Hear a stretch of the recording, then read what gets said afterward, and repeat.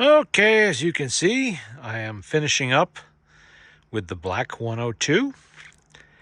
And what have we done to this? Full motor service, brand new mainspring.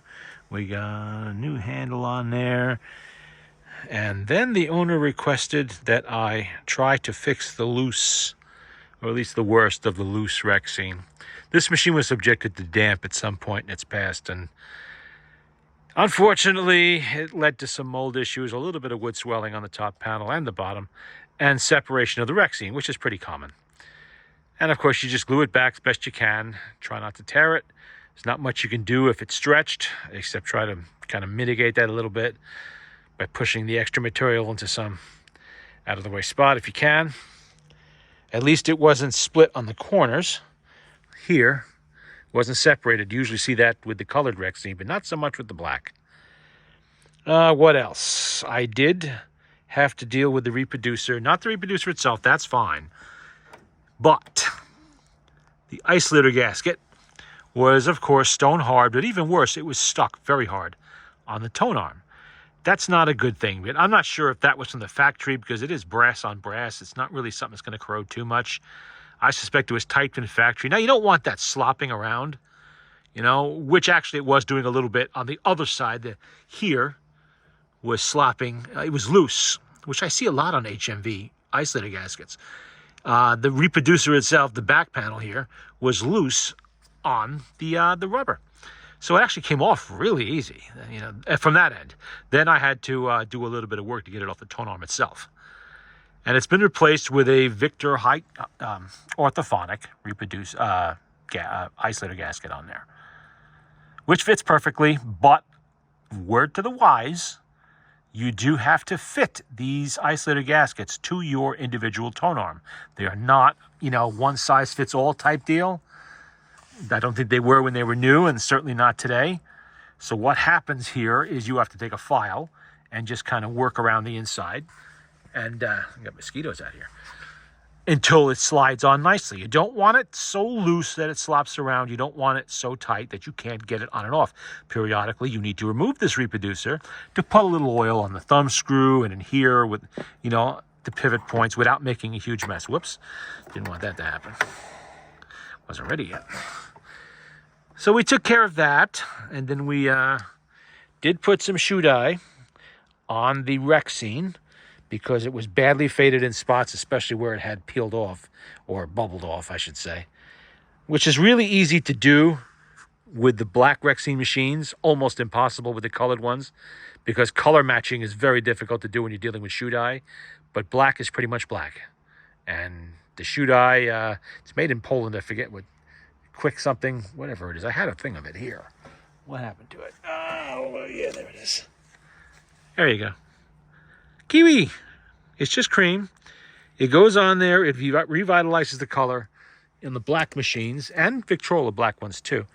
And it also seals the Rexine. If it's been lifted, especially, this is important, it seals it against moisture penetration, because I use hide glue to get that back on there. And I don't want humidity working its way through the fibers into the glue and eventually softening it and loosening it. Not good. So you got to seal that up. With the colored machines, the reds, the blues, the greens, and so on, not a whole lot you can do, except regular shoe polish maybe, or a clear seal might do it. Usually, they don't bubble so much. They do, but they don't bubble, except that they part here. They shrink rather, and you'll see a gap there on the corners. Seen that a lot. Not much short of recovering the whole machine. You can do that. Some people do that. I do not. I will fix. I will not restore a machine. That is not something I'm going to do. And as it is, just what I did to this with the gluing has taken a couple of weeks, because you can only do one spot at a time, and you got to turn the machine. You got to let it dry before you start on the next spot. So that takes a little time. But anyway, I have been playing it, and I have several records on here. It's getting late in the day, but we can play. I have another copy of, what was that? Katinka. It is Katinka, isn't it? Yes, it is. George Olson and his music. Haven't played this copy, so we'll see if it's any good. I got 95 new records I'm working through. Well, they're not new, but 95 records new to me that I'm working through. And we have the speed set everything's good. This is almost ready to go back to its owner. And then we will start on the next one. Wait, did I wind that up? I don't remember if I did or not. I did not. Oh, good thing I remember that now. Otherwise, it would have stopped in the middle of the record. Who needs that?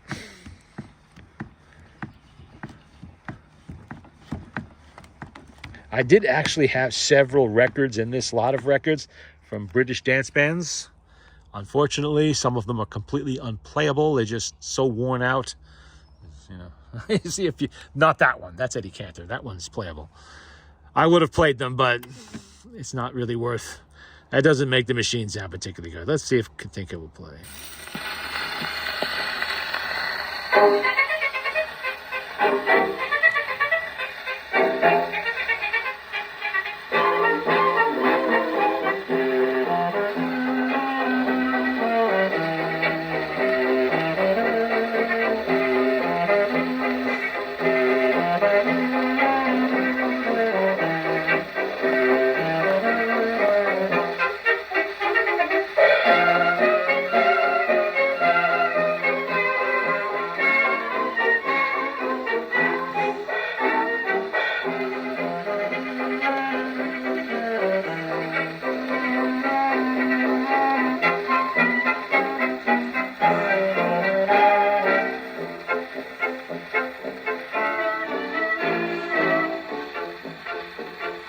Out in Russia there are lots of Russians. That's where the Volga flows.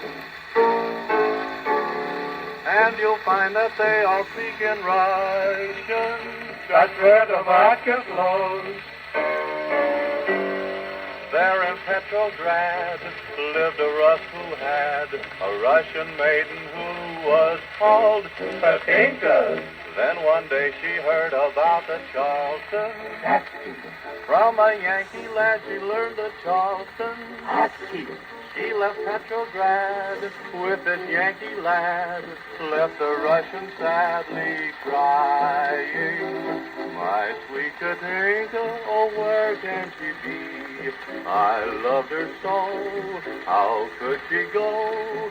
Who thought Katinka would pack up on me? It was that Charlesburg I know. She would kazopski with me every day, but she went nutsky fun to hey hey, oy vey. That hotkey music just led her astray, and I lost Katinka that way. My sweet Katinka, doy doy doy doy doy doy doy. You loved her so, why did she go there? My sweet Katinka, doy doy doy doy doy doy doy. It was that Charles boy we know. Well, 15 Kawaki she earned every day, till she went nutty fun to hey hey, boy vey. 15 Kawakis is 10 cents a day. Doy doy doy doy doy doy doy doy doy doy.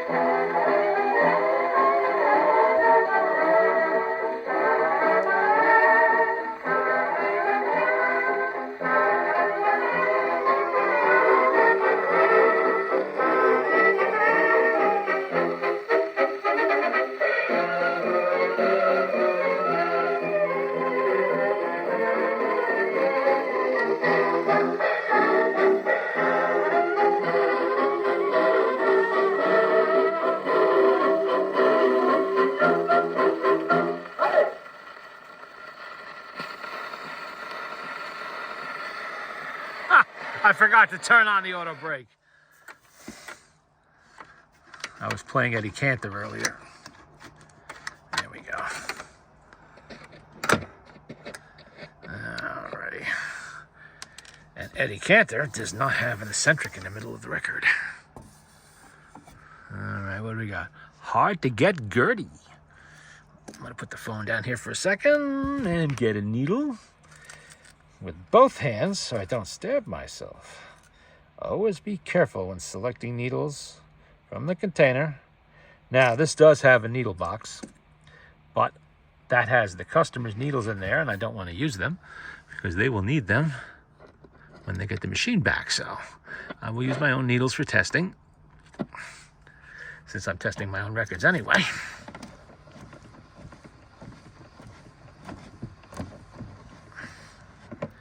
Well, what am I winding that up for? I don't need that wound up.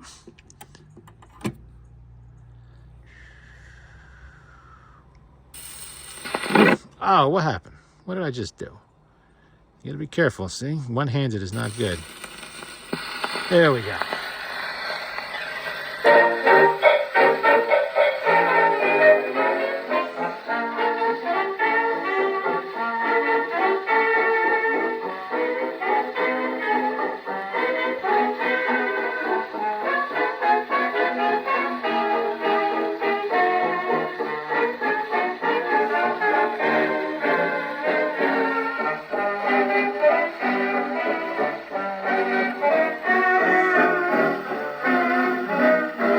Wow!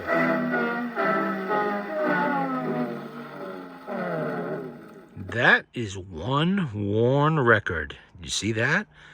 Brought the machine to a dead stop. Now that doesn't look that bad on the outside. Really doesn't. But unfortunately, down in the grooves, now you can see a little better close up. Down in the grooves, there's enough wear that it can actually stop the machine. Not that these are that easy, that difficult to stop. It would have more trouble stopping a Victrola 9 or something like that with two big springs in it. This one, dead stop, that record, good on one side, not good on the other. This is why you cannot judge a record by how it looks. You actually have to play them to know for sure what's really going on down in the dips. Okay. Let's put that aside. And let's see how well Eddie Cantor plays. This is Eddie Cantor's with his famous "Don't Put a Tax on Beautiful Girls." Now this one does kind of look worn.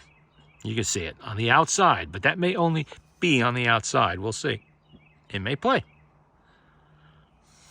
Like I said, with the British dance band records, they were pretty worn. So I was kind of forewarned with this one. Again, I have to put the camera down for a sec here. Where can I put you? Kind of forewarned with this one that there would be problems, because those ones were really not, I mean, they didn't stop the machine, but they sounded terrible. Just been played to death. That happens sometimes.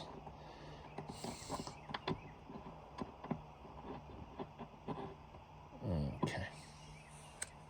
And for this one, we turn off the auto brake, on the manual brake, because there is no center eccentric on that. Now, I probably should wind it, because that other record would have taken a lot of the juice out of it.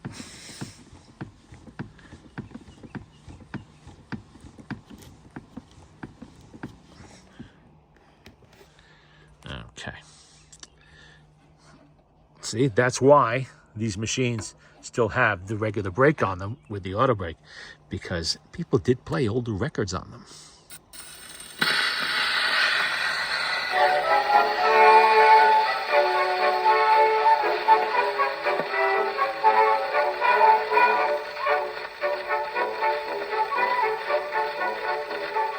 Taxes here and there, taxes everywhere, taxes every place that they can be. Though I'm getting by, still I can't deny there's a tax I know would ruin me. I sent my congressman a note. I said, if you want my vote, don't put a tax on the beautiful girls. How can I live without love? You can tax my business and all that I own, but have a little pity, leave my pleasure alone. What'll I do on a beautiful night if I should happen to fall? Suppose they charge a dime to kiss a girl on her cheek. How's a fella going to live on 30 a week? So don't put a tax on the beautiful girls, or I won't get any lovin' at all. Don't put a tax on the beautiful girls. How can I live without love? You can tax my buy soda, I'll pay it somehow. But don't you think the price of chicken's high enough now? What'll I do on a beautiful night if I should happen to fall? Now what's the use of taking all the joy out of life? You're just gonna drive me back to loving my wife. So don't put a tax on the beautiful girl, or I won't get any loving at all. Don't put a tax on the beautiful girl. How can I live without love? I don't mind the taxes on my ginger ale, but put a tax on women and we'll all go to jail. What'll I do on a beautiful night if I should happen to fall? But if you've got to put a tax on beautiful fans, let me be the guy who goes around with the stamp. So don't put a tax on the beautiful girl, or I won't get any loving at all.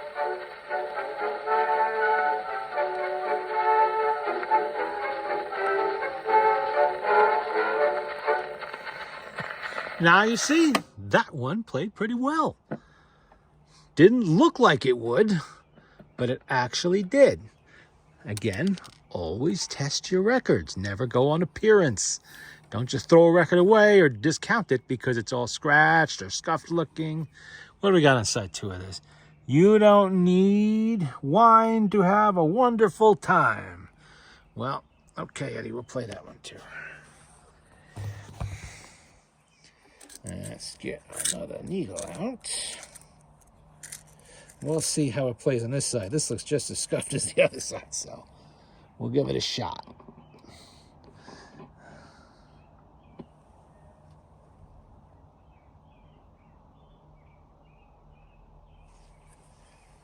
Okay.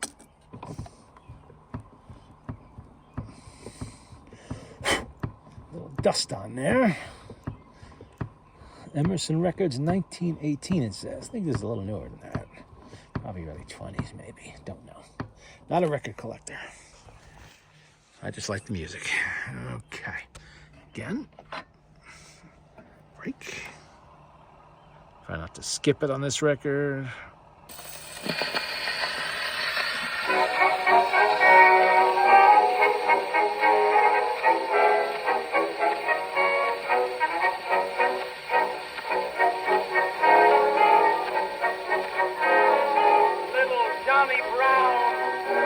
Wears a frown when you say the country's going dry. Others tear their hair, but Johnny doesn't care.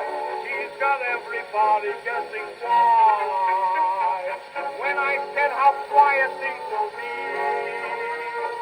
Johnny said perhaps, but not for me. Cause you don't need the wine to have a wonderful time while they still make those beautiful girls. Adam and Eve never tasted champagne, still they were able to go out and raise Cain. And any sweet miss who knows the right way to kiss can set any brain in the world. People like to drink because it makes them feel gay. A girlie on my lap can make me feel the same way. So you don't need the wine to have a wonderful time while they still make those beautiful girls. Last week I started out of my house with the sole intention of having a good time. So I entered a liquor emporium, and sad to say, when I came out, all I had left of my $12 was a headache. I then met a beautiful girl. Oh, she was a beautiful damsel, and I smiled at her, and she smiled at me, and I said, where are you going, my pretty maid? And she said, why, no place in particular. So I said, would to go to the park? And she said, would. Well, we had that agreed upon, so we went to the park and sat on a bench. And, oh, Mama, she had such beautiful eyes. And I looked at her, and she looked at me, and then I realized that you don't need the wine to have a wonderful time while they still make those beautiful girls. Why should we care if the wine isn't there? We still have the sofa and the old Morris chair. And any sweet miss who knows the right way to kiss can set any brain in the world. Lots of people like a cordial after dessert. But give me something cordial that is wrapped in a skirt. So you don't need the wine to have a wonderful time while they still make those beautiful girls. Again, played pretty good, despite its appearance. Okay, that one goes into my collection. I believe Don't Put a Tax on Beautiful Girls was actually used in the HBO TV series Boardwalk Empire. Now, let's see what else we got here. That's not a total waste of time. Hard to Get Gertie is shot. Okay. I've been using these plastic slip covers for some of these records because they were cheap and available. And I got to tell you, not that pleased with them. They're too slippery. The records don't stay in them very well. I mean, I'm sure they protect from dust, but they slide off each other. The records slide out of them too easy. The craft paper ones are much better, in my opinion, and I'm going to get some of those, but a lot of these records I'm not keeping. What do we got here? Paul Whitman. Okay. Let's start with side A. This is another one with no eccentric. That means it's before 23, I guess, when they started doing that. Ivy, cling to me. All right, we're losing the daylight here, but I'm going to play this one record. Why not? Since I have them out, and I'm kind of curious to see how good it is. This one looks clean. Well, the last one looked clean, too. And not Eddie Cantor, but the one before that. The last Victor looked clean, and that didn't help it any. So, what we will do is try it and see. Luckily, I do have another copy or two of Hard to Get Gertie. I have that one. Probably even played it before. So that one will just be put away. Oh. Needles are a pain in the neck sometimes. Okay.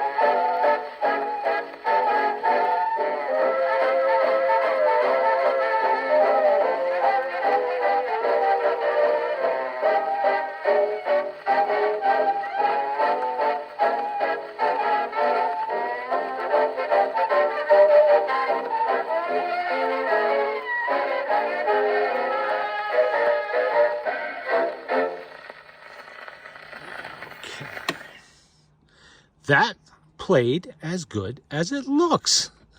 I was beginning to worry this particular stack of records would be a total waste of time and money. But we're getting a few good ones out of there. At least we got Eddie Cantor and we got Paul Whitman. So I gave you up just before you threw me down. As the day turns to night, I will play this one. Let's see, gotta be more careful with the needles now because I'm losing light. I really don't want to have to pull one of these out of my flesh. Okay. There we go. And I got another 20 or so records here to go through yet.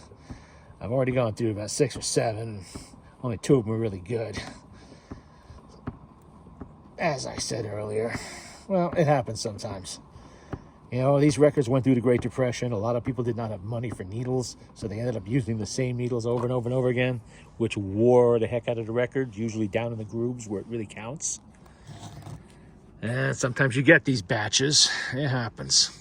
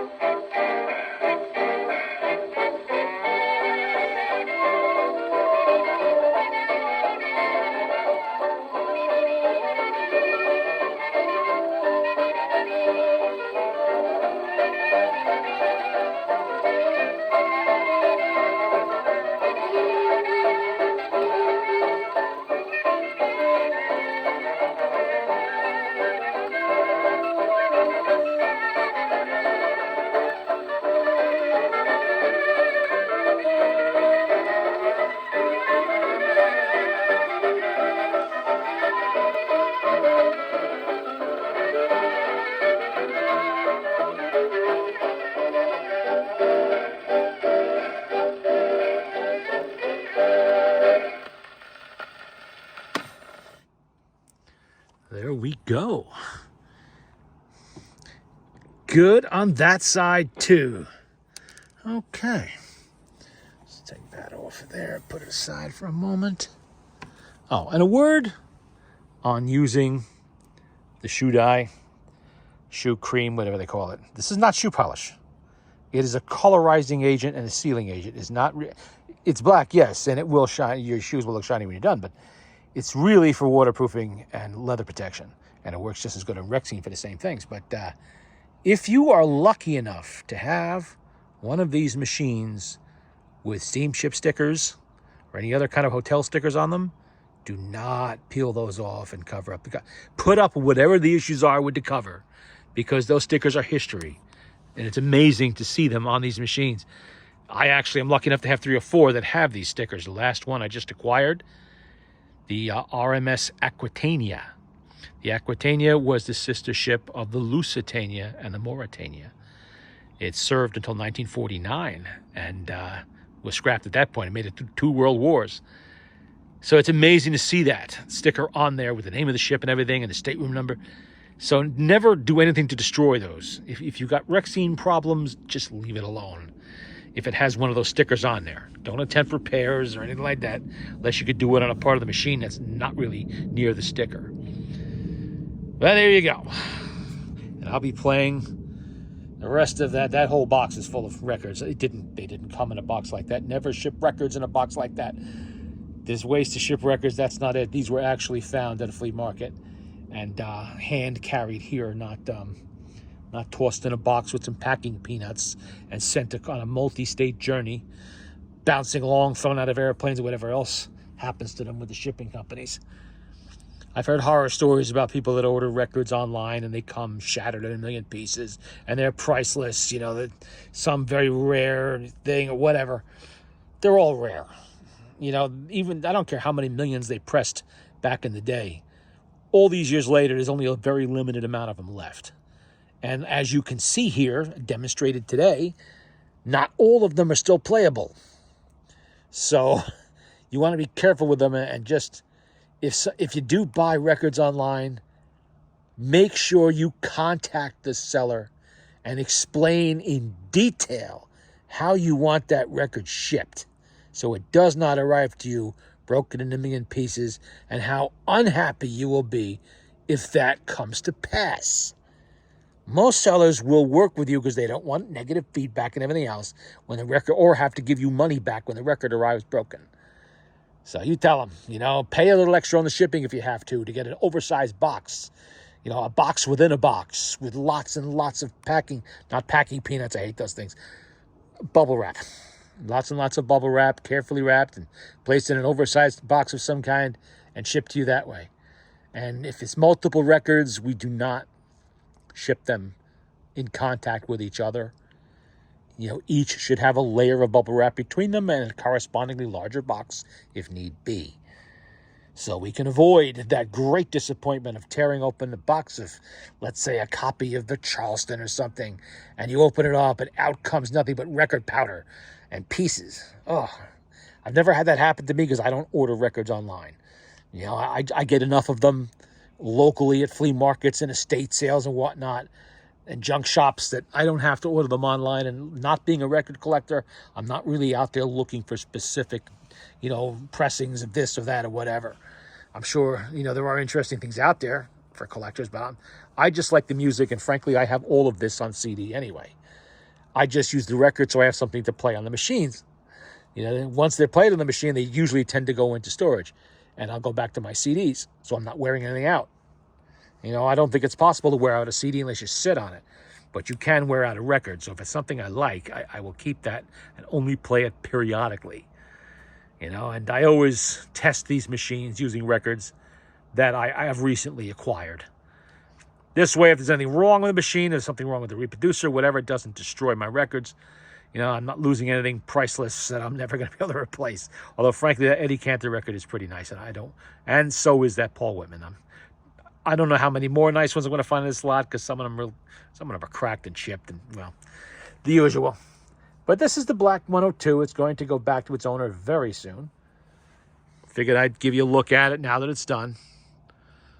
And we should take the tension off the spray. I'll do that later. All right, that's it for now.